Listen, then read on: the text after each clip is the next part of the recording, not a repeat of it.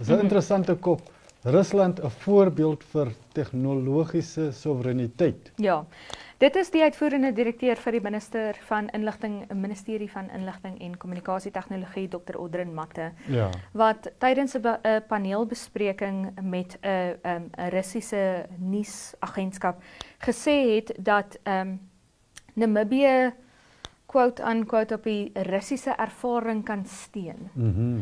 Wanneer dit kom by tegnologiese soewereiniteit. So vir die wat nou nie weet nie, tegnologiese soewereiniteit is basies 'n land wat homself bepaal met betrekking tot sy digitale dienste en sy tegnologiese dienste. Ja. En ek het verlede jaar vra aan die ministerie gerig in hierdie verband en gevra, jy weet, is ons nie noodwendig met die woord tegnologiese soewereiniteit daaraan gekoppel nie, maar in daai geval spesifiek met betrekking tot TikTok. Ja.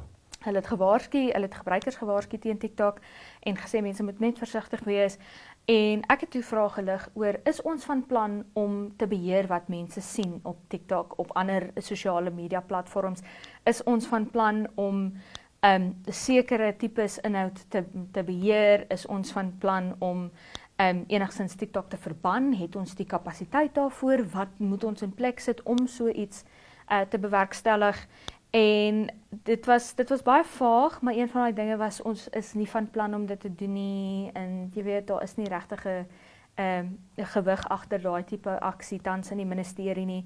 So dit is vir my interessant dat ons van laas jaar af tot nou gegaan het van, ons gaan nie regtig, jy weet, sensorskap toepas op sekere tipe dinge en sekere tipe inhoud meer noukeurig beheer nie, en nou skielik praat ons oor tegnologiese soewereiniteit.